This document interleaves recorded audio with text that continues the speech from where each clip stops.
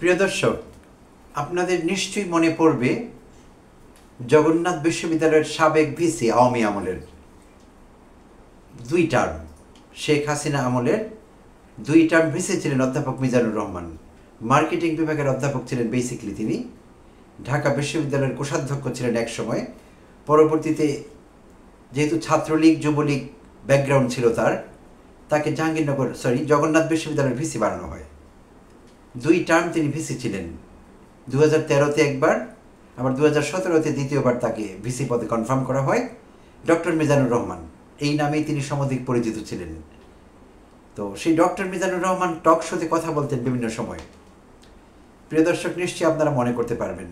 তো আমার ব্যক্তিগতভাবে মনে হতো যে কোনো যুবলীগ নেতা কথা বলছে, আওয়ামী লীগ নেতা কথা বলছে, কোনো ভিসি কথা বলছেন, কোনো অধ্যাপক কথা বলছেন, এরকমটি আমার কখনো মনে হয়নি। আর তিনি যেভাবে কথা বলতেন, তিনি যেভাবে পতিত হাসিনাকে তৈলমর্দন করতেন, আওয়ামী লীগের গুণগান করতেন, তাতে তাকে ভিসি মনে করবার কোনো কারণ ছিল না। আসলে সত্যি বলতে গেলে আমি তাকে একটা গুন্ডা মনে করতাম, আওয়ামী গুন্ডা, আওয়ামী বাকশালী গুন্ডা।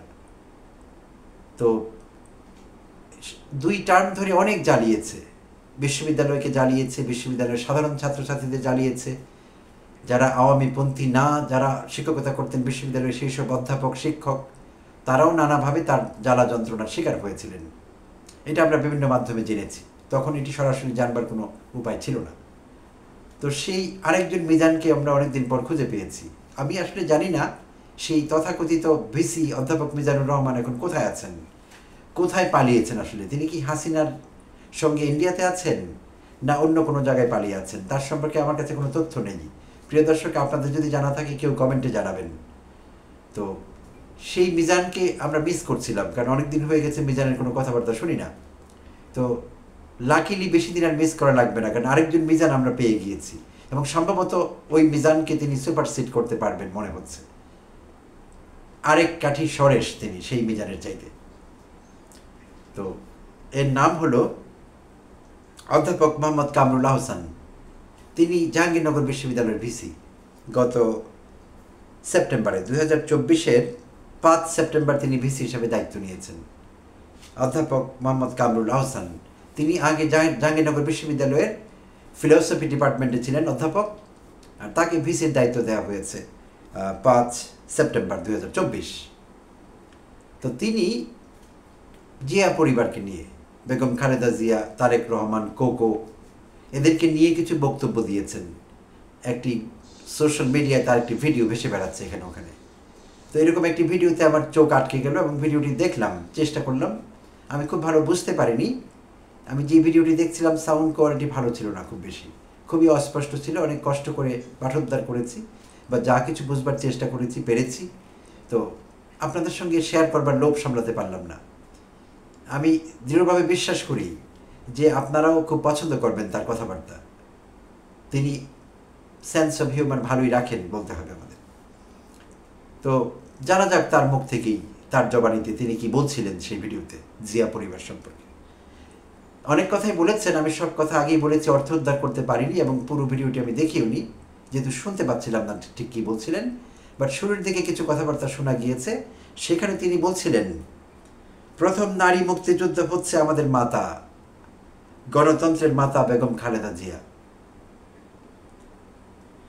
প্রথম শিশু মুক্তিযুদ্ধ হচ্ছে শিশু তারেক, শিশু আরাফাত। তো এই জায়গাগুলো আমার কাছে খুব আকর্ষণীয় মনে হয়েছে, তাই এই জায়গাগুলো আমি কোট করছি, এবং এই জায়গাগুলো শুনতেও পেয়েছিলাম পরিষ্কারভাবে। তো হ্যাঁ, শুনবার মতো কথাই বটে একজন ভিসির মুখ থেকে। আমি বলছি না যে তারা কেউ না, খালেদা জিয়া কেউ না। খালেদা এই দেশের 2 বারের প্রধানমন্ত্রী অন্তত ভালো ভাবি, 3য়বারও তিনি ক্ষমতায় এসেছিলেন। আর জিয়াউর রহমান রাষ্ট্রপ্রধান থেকে রাষ্ট্রনায়ক হয়ে উঠতে পেরেছিলেন। এই দেশের কোটি মানুষের এই ধারণা তার সম্পর্কে। তার অকাল মৃত্যু হয়েছে, মৃত্যু বলবো না, অকালে তিনি হত্যাকাণ্ডের শিকার হয়েছিলেন, নৃশংস হত্যাকাণ্ডের। তো তার শাসনামল এখনও অনেকে মিস করেন। তার সততা, তার ব্যক্তিগত রাষ্ট্রের প্রতি দায়বদ্ধতা, তার স্টেটসম্যান সুলভ দৃষ্টিভঙ্গি অনেকে মিস করেন তাকে। আর অনেকে সেই কারণে বিএনপি করেনও এখনও। এখন যে বিএনপি আসলে অনেকেরই করবার কোনো কারণ থাকে না, বাট যারা একটু সিনিয়র তারা এখনও বিএনপি করেন অনেকে জিয়ার প্রতি ভালোবাসার জন্য, প্রয়াত রাষ্ট্রপতি জিয়াউর রহমানের প্রতি ভালোবাসার জন্য তারা বিএনপি করেন। তারা বলছেন ওই কথা বিভিন্ন জায়গায়, তারা বলছেন যে এখন যে বিএনপি, এই বিএনপিতে আমরা বিলং করি না, আমরা বিলং করতে পারি না, বাট ওই জিয়াউর রহমানের প্রতি ভালোবাসার কারণে আমরা বিএনপি করি। তো এই জন্য বলছিলাম যে জিয়া পরিবারকে ফেলে দেওয়া যাবে না, ফেলে দেওয়ার কিছু নেই। এই দেশে তাদের অনেক অবদান আছে, বিশেষভাবে রাষ্ট্রপতি জিয়াউর রহমান, তার অনেক অবদান আছে। বহুদলীয় গণতন্ত্র থেকে শুরু করে তিনি আরও অনেক কিছু করেছেন। পররাষ্ট্র বিষয়ে বাংলাদেশের বহির্বিশ্বে ডেভেলপমেন্ট যা কিছু হয়েছে সেই সময় জিয়াউর রহমানের হাত ধরেই এসেছিল সেগুলো। আর তার ব্যক্তিগত সততার কথা বলে লাভ নেই, এটা অনেক বহুল প্রচলিত, বহুল প্রচারিত, অনেকেই জানেন, সেই বিষয়ে যাচ্ছি না। তো জিয়া পরিবারের প্রশংসা হতেই পারে, বাট তাই বলে একজন বিশ্ববিদ্যালয়ের ভিসি এইভাবে প্রশংসা করবেন এবং তিনি বলবেন যে নারী মুক্তিযোদ্ধা হচ্ছেন আমাদের মাতা, গণতন্ত্রের মাতা বেগম খালেদা জিয়া? এই কি কোনো ভিসির কথা? বিশ্ববিদ্যালয়ের উপাচার্যের এমন কথা, এমন বক্তব্য হতে পারে? আর শিশু মুক্তিযোদ্ধা হচ্ছে শিশু আরাফাত, শিশু তারেক রহমান। অ্যাবসার্ড। তো আমি একটি সোশ্যাল মিডিয়া ফেসবুক পেজের কথা বলবো, উই আর বাংলাদেশ পেজটির নাম। সেই পেজে আমি কিছু কমেন্টও পড়লাম সেই ভিডিওকে কেন্দ্র করে। কমেন্টার্সরা কি বলছেন ভিসির এই বক্তব্যের পরিপ্রেক্ষিতে। আর তার আগে সেই পেজে শুরু হয়েছিল এইভাবে যে উনি জাহাঙ্গীরনগর বিশ্ববিদ্যালয়ের ভিসি, দাবি একটাই, জাহাঙ্গীরনগর বিশ্ববিদ্যালয় বিচি কামরুল আহসানের যুবদলের সভাপতি হিসেবে দেখতে চাই। প্রথমে যিনি বলেছেন, বক্তব্যটি রেখেছেন, তিনি বলেছেন পেজের কন্ট্রোলার হবেন, অ্যাডমিন হবেন, তিনি বলেছেন উনি জাহাঙ্গীরনগর বিশ্ববিদ্যালয়ের ভিসি। উচ্চারণটি সঠিকভাবে করেছেন এবং লিখেছেন ভিসি। দাবি একটাই, জাবি বিচি কামরুল আহসানকে যুবদলের সভাপতি হিসেবে দেখতে চাই। পরের বারে উনি বলেছেন জাবি বিচি, ভিসি আর বলেননি কিন্তু, এবং বলেছেন তাকে যুবদলের সভাপতি হিসেবে দেখতে চাই। তো এই পাবলিক পারসেপশন তিনি দিয়ে ফেলেছেন নিজের সম্পর্কে গণমানসে। এইবার কমেন্টার্সরা কি বলছেন, কয়েকটি কমেন্টস আপনাদের সঙ্গে শেয়ার করব, বিনোদন হবে, একেবারে নিরেট আনন্দ পাওয়া যাবে। রাশেদ হাসান বলছেন same to same, nothing changed, Kant think any more about this country. হতাশা ব্যক্ত করে বলেছেন সব আগের মতোই আছে, কিছু বদলায়নি, এই দেশে কিচ্ছু বদলাবে না, আর এই দেশ সম্পর্কে কিছু ভাবতে পারছি না। এই ভিসি সাহেবের মোসাহেবের কথায় তিনি হতাশা ব্যক্ত করেছেন রাশেদ হাসান। জাবের আহমেদ বলেছেন স্বাধীনতার ঘোষণাকারী শিশু তারেক, সার্কাস্টিক ওয়েতে কথাটা বলেছেন, স্বাধীনতার ঘোষণাকারী শিশু তারেক। সাগরিকা শাহরিয়ার বলেছেন ভিসি যদি এমন দশা হয় বাকিদের কি অবস্থা, ভিসির যদি এমন দশা হয় বাকিদের কি অবস্থা। আলী হায়দার বলেছেন এইসব বলে একটা দলের মান সম্মান যা আছে সব শেষ করে দিচ্ছেন, ফালতু। জামাল দিওয়ান বলেছেন তেলবাজ। মোহাম্মদ আব্দুল নোমান বলেছেন পিতার দিন শেষ, মাতার বাংলাদেশ। এই আব্দুল নোমান বোঝাতে চেয়েছেন হাসিনা যেমন তার বাবা শেখ মুজিবুর রহমানকে সব জায়গায় প্রতিষ্ঠিত করবার চেষ্টা করেছিলেন, এমন কিছু করেননি বাবাকে প্রমোট করবার জন্য যা বাকি আছে। চূড়ান্ত করেছিলেন বাবাকে প্রমোট করবার জন্য, যদিও সেই চূড়ান্ত প্রমোশনের কারণে চূড়ান্ত ডিমোশন হয়েছে। শেখ মুজিবুর রহমান জুলাই পরবর্তী সময়ে, 5 আগস্ট পরবর্তী সময়ে যে পরিমাণ অপমানিত লাঞ্ছিত হয়েছেন, তার মিউরাল, তার মূর্তি, তার স্ট্যাচিউ, তার ধানমন্ডির 32 নম্বর যে অপমান, অপদস্থ এবং বাজে পরিস্থিতির ভেতর দিয়ে গিয়েছে, এই সব কিছুর জন্য হাসিনা নিজেই দায়ী। সবচাইতে বড় দায় যদি কাউকে দিতে হয় সে হাসিনা। হাসিনার ওভার প্রমোশন এই সব কিছুর জন্য দায়ী। গণমানুষের মনে ঘৃণার সৃষ্টি করতে পেরেছিলেন হাসিনা তার বাবা সম্পর্কে সাকসেসফুলি, আমরা দেখেছি সেটি। তো এই নোমান সাহেব যে কমেন্টটি করেছেন, তিনি বলেছেন পিতার দিন শেষ, মাতার বাংলাদেশ। খালেদা জিয়াকে মেনশন করেছেন, যেহেতু ভিসি তাকে গণমাতা, গণতন্ত্রের মাতা এইসব বলছিলেন, তো কমেন্টার সেদিকে ইঙ্গিত করছিলেন। রেজা আরিফ চঞ্চল বলেছেন হালায় কয় কি। ভেবে দেখুন প্রিয় দর্শক, একবার একজন ভিসিকে এইভাবে সম্বোধন করা হচ্ছে, হালায় কয় কি। রুহুল আমিন বলেছেন ব্যক্তিত্বহীন, চাটুকার, ক্ষমতা লোভী। হ্যাঁ প্রিয় দর্শক, আমারও তার সম্পর্কে ব্যক্তিগত রায় এই, ব্যক্তিত্বহীন, চাটুকার এবং ক্ষমতা লোভী, নির্লজ্জ, মেরুদণ্ডহীন একজন মানুষ।